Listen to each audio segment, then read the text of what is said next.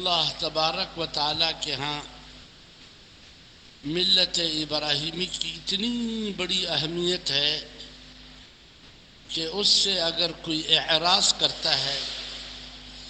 اور اس سے کوئی رخ موڑتا ہے اور اس میں کوئی تبدیلی کرتا ہے تو وہ اپنے آپ کو جہالت میں مبتلا کرتا ہے، اپنے آپ کو ہلاک کرتا ہے، اپنے آپ کو پاگل بناتا ہے اور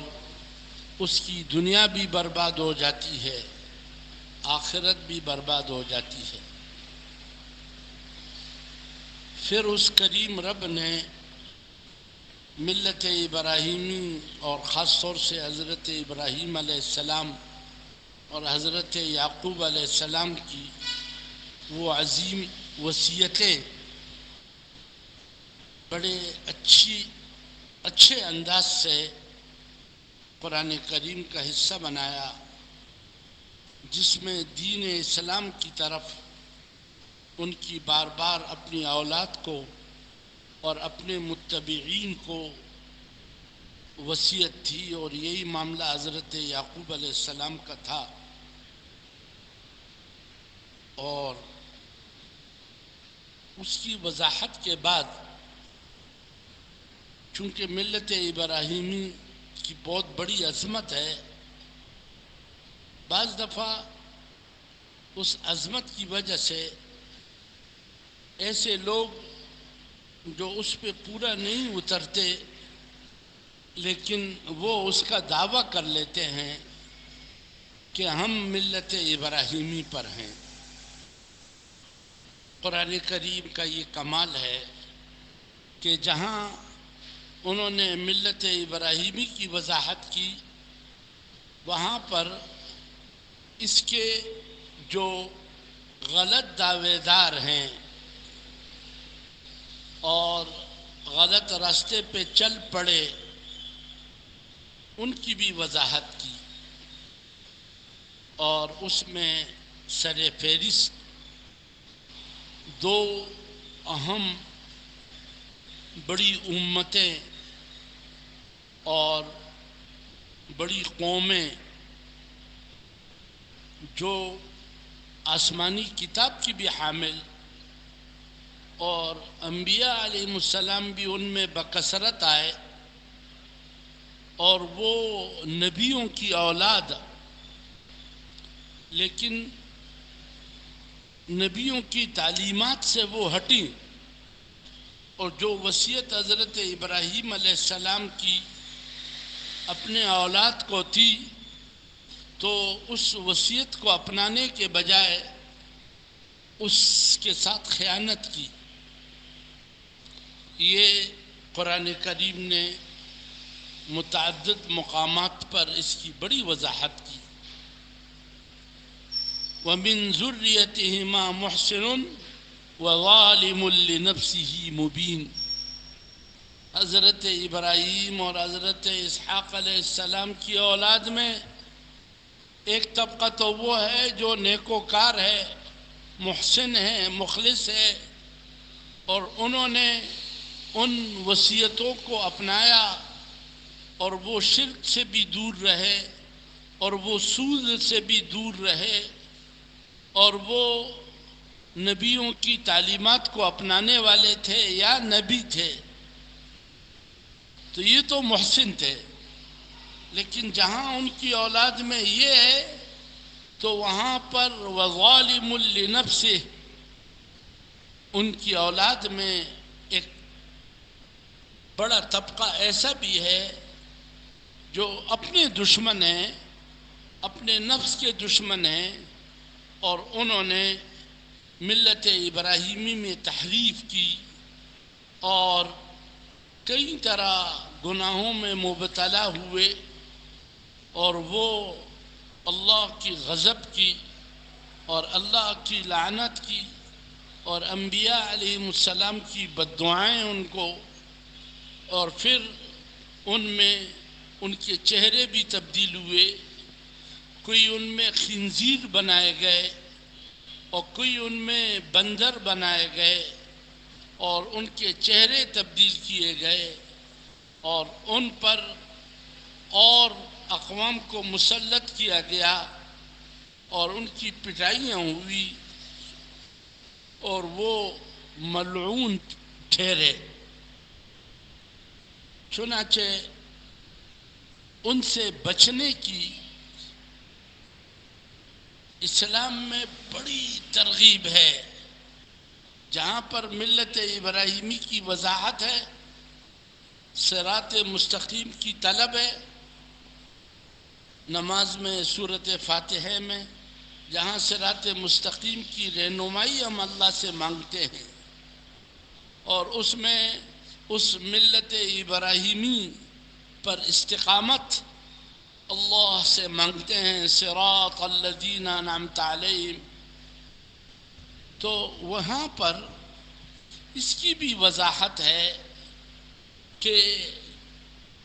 انہی نبیوں کی اولاد میں ایک طبقہ مغضوب علیہم،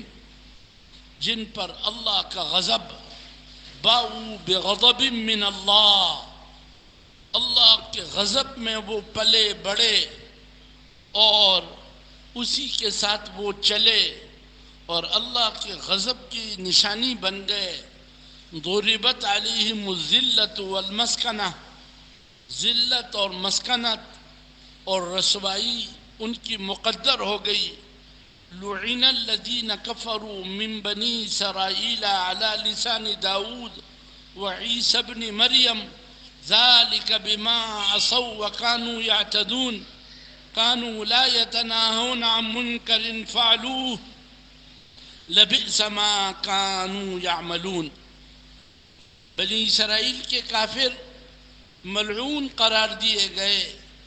حضرت داؤد علیہ السلام کی زبان اور حضرت عیسیٰ علیہ السلام کی زبان سے، اور انہوں نے اللہ سے دعائیں مانگی کہ ان قوموں پر اللہ کی لعنت ہو، اور اس کی وجہ یہ ہے کہ انہوں نے حدود توڑے، جو دین کے حدود و قیود مقرر تھے اس سے باغی بنے، نافرمانیاں کی، خواہشات کے پیچھے پڑ گئے، نفس کے غلام ہو گئے، سود خور ہو گئے، قاتل ہو گئے، نبیوں کے قتل کرنے والے بنے، اور جو ان کو نیکی کا راستہ بتاتا تھا ان کو قتل کرتے تھے، اور وہ انبیاء علیہ السلام کا مقابلہ کرنے لگے، اور خاص طور پر ان کی بدقسمتی اس وقت واضح ہوئی کہ جب حضرت محمد صلی اللہ علیہ وسلم کی بعثت ہوئی اور ان پر اچھی طرح اشکارا ہوا کہ یہ وہ عظیم نبی جن کی خوشخبری ہم تورات اور انجیل میں پاتے تھے، یجدونہ مکتوبا عندہم فی التوراۃ والانجیل، ان کی نشانیاں تورات و انجیل میں وہ پاتے تھے اور ان کی خبر دی گئی تھی، اور وہ علامات اس درجے واضح کہ ان یہود نے ان بستیوں کا جو قصد کیا اور مدینہ منورہ میں آباد ہوئے، تو اس کی ایک وجہ یہ بنی کہ ان کے سامنے یہ تھا کہ یہ عظیم نبی کی ہجرت کی جگہ اور اس کی وہ ساری علامات مدینہ منورہ میں ان کو نظر آئی، تو انہوں نے شام کے آباد علاقے کو چھوڑ کر کے بنو نذیر، بنو قریظہ اور اسی طریقے سے مختلف یہودی قبیلے بنو قینقاع، یہ سارے شام کو چھوڑ کر کے اور مدینہ منورہ اس لیے آباد ہوئے کہ یہ حضرت محمد علیہ السلام کی ہجرت کی جگہ اور نبی آخر الزمان یہاں ظاہر ہوں گے، اور وہ اگر کبھی وہاں مقامی آبادیوں کے ساتھ کبھی ان کی لڑائی بھی ہوتی تو وہ ان بت پرست قوموں کو یہ کہتے اوس و خزرج، جو نبیوں کی اولاد نہیں تھی، بت پرستوں کی اولاد تھی، تو ان سے کہتے کہ نبی آخر الزمان آئے گا اور ہم ان کے ساتھ مل کر تمہارا مقابلہ کریں گے اور ہماری فتح ہوگی۔ کانوا یستفتحون بہ، وہ پیغمبر علیہ السلام کے نام پر فتح طلب کرتے، فتح کی بات کرتے، اور حضرت کی نشانیاں ان پر اس طرح واضح تھی جیسے اپنے بچوں کے بارے میں ان کو کوئی شک نہیں تھا، اور اپنے بچوں کی پہچان ان کو تھی کہ یہ بیٹا ہے، یہ بیٹی ہے، یہ فلان کا بیٹا ہے، یہ فلان کا۔ یعرفونہ کما یعرفون ابناءہم، جیسے اپنے بچوں کی یہ پہچان رکھتے ہیں، اس طرح نبی اور نبی کی حقانیت اور جو انہوں نے وہ عظیم پیغام دیا اس کی حقانیت ان پر اچھی طرح کھلی اور وہ پہچانتے تھے، لیکن ان کی قسمت پھوٹ گئی اور بدبختی میں مبتلا ہو گئے، قوم پرستی میں مبتلا ہو گئے، اور انہوں نے حضرت محمد علیہ السلام کا مقابلہ کر کے وہ یہ دعویٰ کرنے لگے کہ اب ہدایت ہماری یہودیت میں ہے، اور نصارہ کہنے لگے کہ ہدایت صراط مستقیم اور ملت ابراہیمی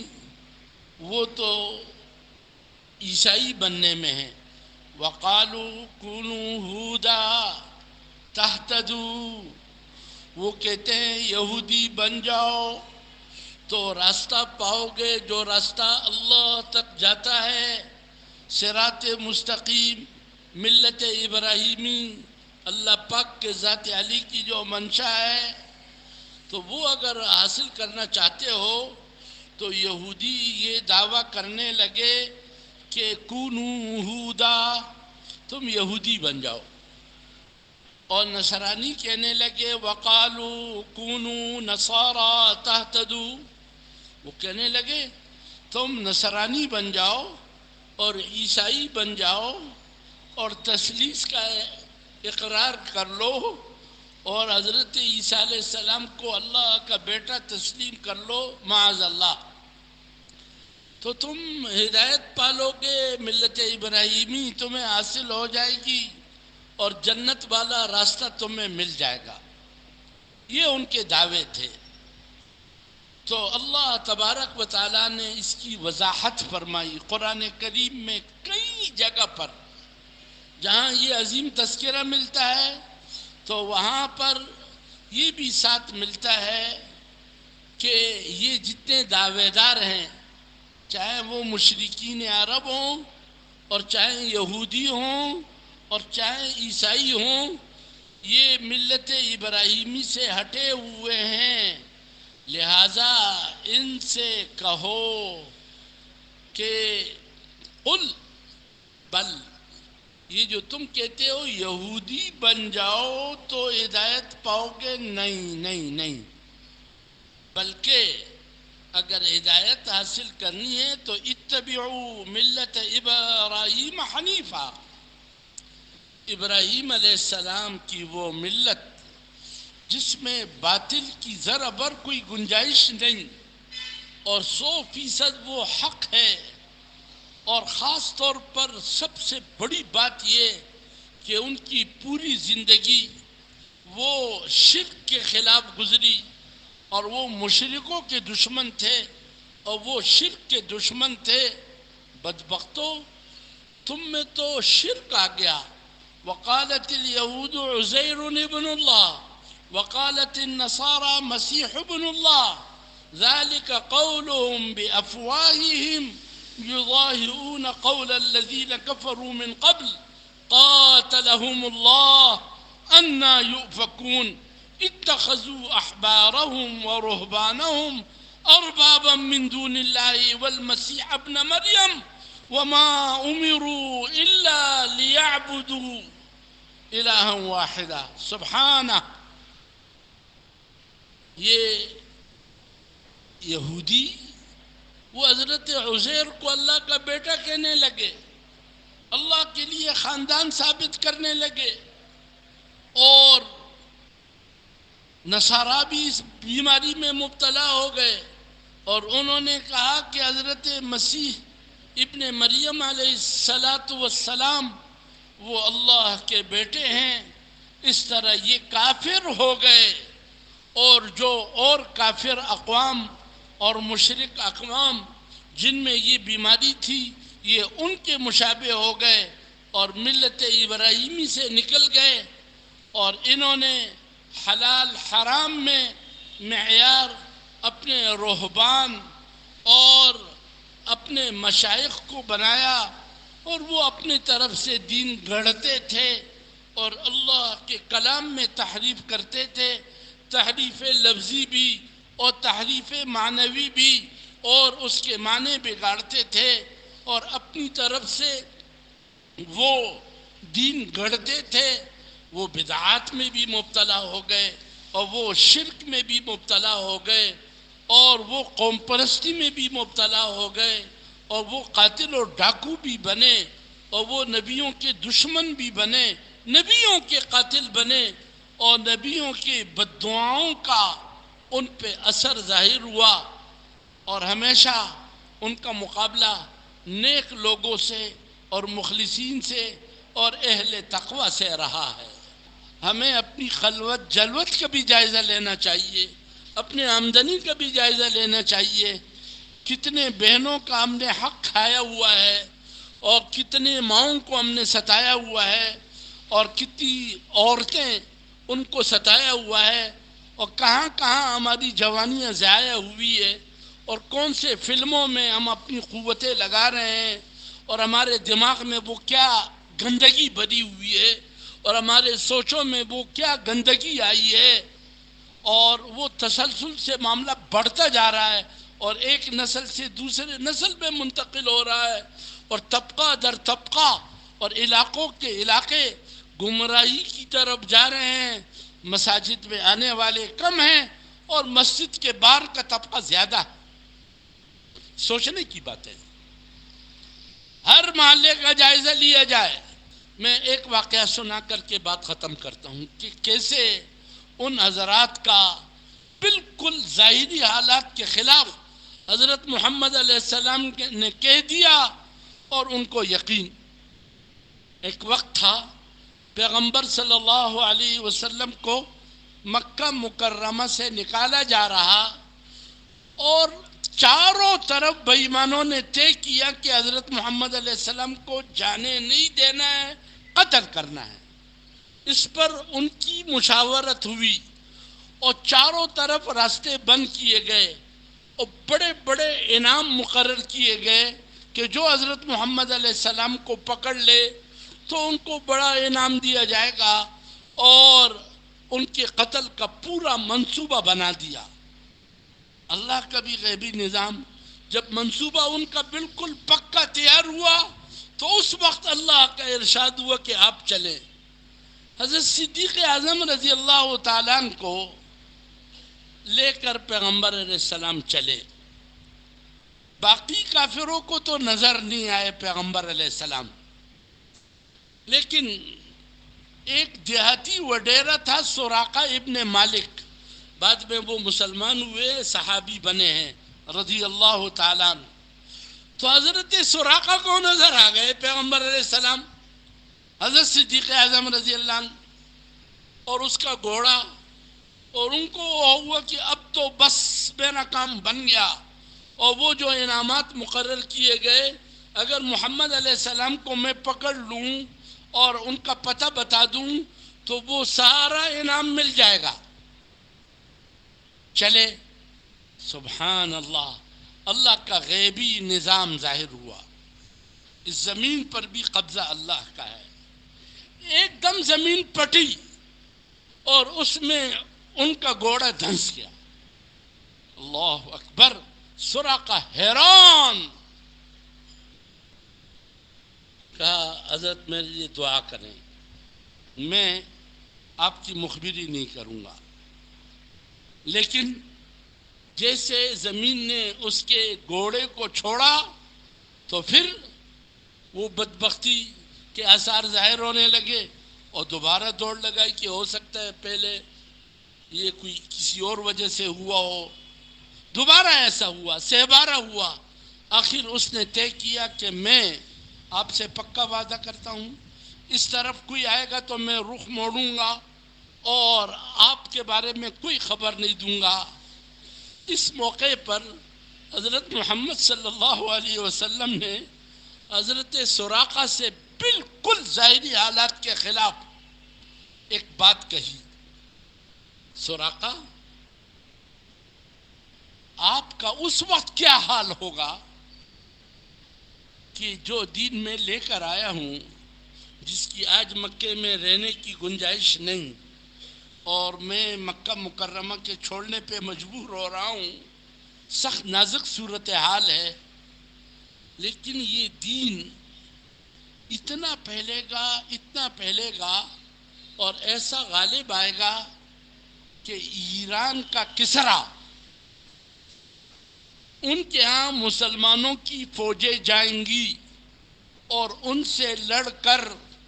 اور ان کے ہاں سے مال غنیمت آئے گا، اور وہ مال غنیمت میں کسرا کی بڑی اہم نشانی ان کے کنگن ہوں گے، اور وہ کنگن آپ کو پہنائے جائیں گے. سراقہ بھی بڑا حیران، اور یہ ایسی بالکل ظاہر کے خلاف بات، دور دور تک کئی سے جو مکہ مکرمہ میں نہ رہ سکے اور اب مدینہ میں کیا کچھ ہونے والا ہے اس کا پتہ نہیں ہے، لیکن محض اللہ کے امر پر اپنے آپ کو خطرے پہ ڈال کر ایسے وقت جا رہے ہیں. لیکن ملت ابراہیمی کا یہ عظیم سپوت اور اللہ کے وعدوں پر جس کو یقین ہے ظاہری احوال کے خلاف، وہ یہ خوشخبری دے رہا ہے. چنانچہ پیغمبر علیہ السلام کے آخری دور میں یہ سراقہ مسلمان ہوا اور رضی اللہ تعالیٰ عنہ بنے. دور صدیقی گزر گیا اور دور فاروقی میں حضرت سعد ابن ابی وقاص رضی اللہ تعالیٰ عنہ فوج لے کر کسرا کی طرف گئے اور ایران میں بھرپور لڑائی ہوئی اور کسرا ہار گیا اور اسلام کا وہاں غلبہ ہوا اور وہاں سے بہت زیادہ مال غنیمت لایا گیا. جب مال غنیمت پیش کیا گیا حضرت عمر رضی اللہ عنہ کو اور اس کی فہرست، حضرت نے جیسے فہرست پہ نگاہ ڈالی تو فرمانے لگے ایسا لگ رہا ہے کہ یہ فہرست ناقص ہے. حضرت سعد بڑے حیران ہوئے کہ ہم نے بڑی جز رسی کے ساتھ سارے مال غنیمت کی فہرست مرتب کی، حضرت عمر کیسے کہہ رہے ہیں کہ یہ فہرست ناقص ہے؟ دوبارہ جائزہ لیا، کئی کونے میں وہ کنگن پڑے ہوئے تھے، اس کا تذکرہ نہیں تھا، تو وہ کنگن لیے اور لے کے اس فہرست میں درج کیا کہ جی مال غنیمت میں کسرا کے کنگن بھی ہیں. حضرت عمر رضی اللہ عنہ نے صحابہ کرام کو جمع کیا اور حضرت سراقہ کو بلایا اور حضرت سراقہ رضی اللہ تعالیٰ عنہ سے فرمایا کہ ان کنگنوں کے بارے میں پیغمبر علیہ السلام نے فرمایا تھا، میں یہ کنگن ابھی آپ کو پیش کر رہا ہوں، یہ کنگن اپنے ہاتھوں میں ڈالو اور پھر وہ پورا منظر پیش کرو جب آپ پیغمبر علیہ السلام کے مقابلے پہ آئے اور بالکل ایسی شکل تھی کہ اب پکڑے گئے تب پکڑے گئے، اللہ کی غیبی مدد آئی، آپ کا گھوڑا دھنسا ہو، جو صورتحال ہوئی وہ پورا منظر پیش کرو. حضرت سراقہ ابن مالک رضی اللہ تعالیٰ عنہ نے وہ پورا منظر پیش کیا اور سب کا ایمان تازہ ہوا اور وہ کنگن حضرت سراقہ ابن مالک رضی اللہ تعالیٰ عنہ کے ہاتھوں میں آئے. میں یہ عرض کرنا چاہتا ہوں کہ اس پورے دین کے ساتھ شرک تو کسی قسم کا کوئی گوارا نہیں، بدعت کے ساتھ کسی قسم کی کوئی مفاہمت نہیں، حضرات صحابہ کرام کا بغض ذرا بر گوارا نہیں. ختم نبوت کے اعتبار سے اگر کوئی بھی عقیدے میں جول ہے تو یہ گوارا نہیں.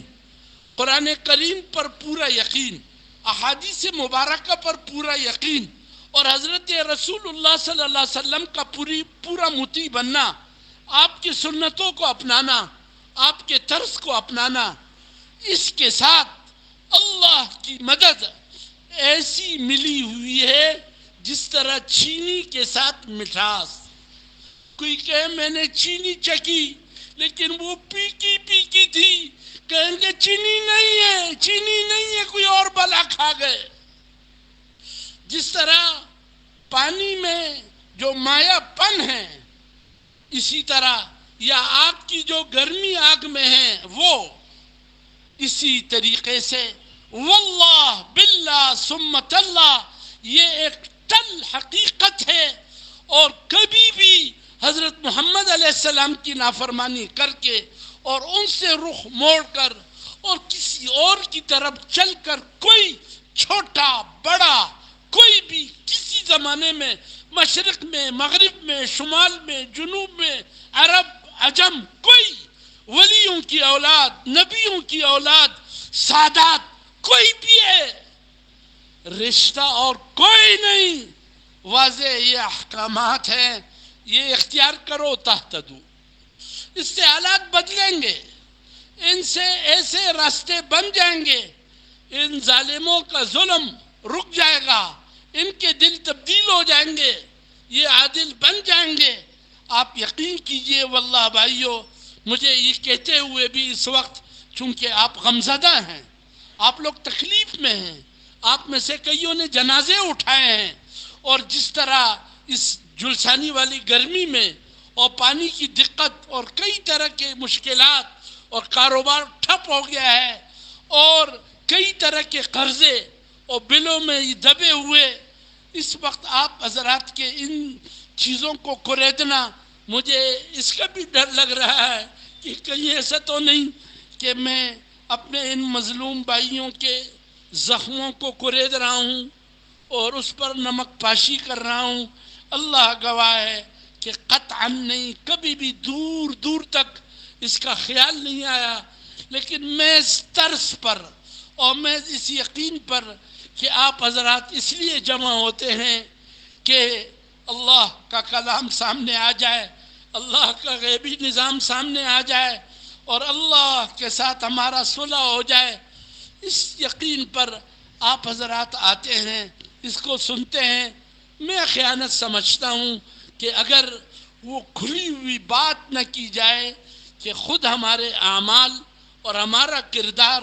اور ہمارا وہ بہت کچھ جو پردے میں ہیں لیکن اس اللہ کو معلوم ہے اور کرنے والے جانتے ہیں. اپنے من میں ڈوب کے پا جا سراغ زندگی، بڑا عجیب شعر ہے یہ. اپنے من میں ڈوب کے پا جا سراغ زندگی. زندگی کا سراغ چاہتے ہو؟ زندہ رہنا چاہتے ہو؟ اس کا راستہ معلوم کرنا چاہتے ہو؟ کہیں اور جانے کے بجائے اپنے من میں ڈوب کر اپنے من میں ڈوبو، خود غور کرو، بیٹھو کہاں کہاں اللہ کو ناراض کیا. پھر آگے علامہ کہتے ہیں تو اگر میرا نہیں بنتا نہ بن، اپنا تو بن. تو اگر میرا نہیں بنتا نہ بن. ہمیں اس کی نہیں لگی ہوئی ہے کہ ہماری کوئی تنظیم ہے، ہماری کوئی جماعت ہے، ہمارے کوئی اغراض ہے اور اس لحاظ سے آپ کو کہیں سے ہٹانا اور کہیں بلانا، بالکل نہیں. اپنے بن جاؤ. تو اگر میرا نہیں بنتا نہ بن. کسی قسم کے کوئی مفادات آپ سے وابستہ نہیں ذرا بر کسی لحاظ سے. یہ اللہ کا بڑا کرم ہے. جن اساتذہ سے پڑھا وہ بھی اور خود یہاں کے ہمارے یہ استاد صاحب بھی اور ہمارے مشائخ جہاں بھی رہے، یہ اللہ کا بڑا کرم ہے کہ وہ ملت ابراہیمی کے سپوت اور اس کے داعی اور اس کو پیش کرنے والے کبھی اپنے مفادات اور اپنی تنظیم اور اپنی پارٹی اور اپنے اداروں کو سامنے رکھ کر انہوں نے ترتیبیں نہیں بنائیں. ان کے سامنے انسانیت ہے اور ان کے سامنے اللہ کے اوامر ہیں. اللہ کا یہ کرم ہے کہ ان کی جوتیاں سیدھی کرنے کا اللہ نے موقع دیا، اور میں اللہ کا یہ شکر ادا کرتا ہوں کہ ذرا بر ان کڑوی باتوں کے پیچھے کسی قسم کا ہمارا ذاتی مفاد نہیں، محض اللہ کو راضی کرنے کے لیے اللہ سے بھی مانگتے ہیں اے اللہ آپ نے موقع دیا، اور جو آپ نے ان کو کہنا ہے اس کے کہنے کے لیے آپ نے ہمیں اپنی کتاب تھما کے اور آپ ہم سے وہ کہلوانا چاہ رہے ہیں، تو اے اللہ وہ صحیح طریقے سے کہلوا بھی اور وہ ہمیں سمجھا بھی، اور وہ جو سن رہے ہیں ان کے دلوں میں بھی اتار دیجئے اور ان کو اس کے لیے قبول فرما اور ان کے نسلوں کو قبول فرما. قوت طاقت ایک اللہ کی ہے، اس کے ساتھ صلح کرنا ہوگا، اس کی طرف رجوع کرنا ہوگا، اس کا بننا ہوگا. اپنے من میں ڈوب کے پا جا سراغ زندگی، اپنے من میں ڈوب کے پا جا سراغ زندگی، تو اگر میرا نہیں بنتا نہ بن، اپنا تو بن. وآخر دعوانا الحمدللہ رب العالمین.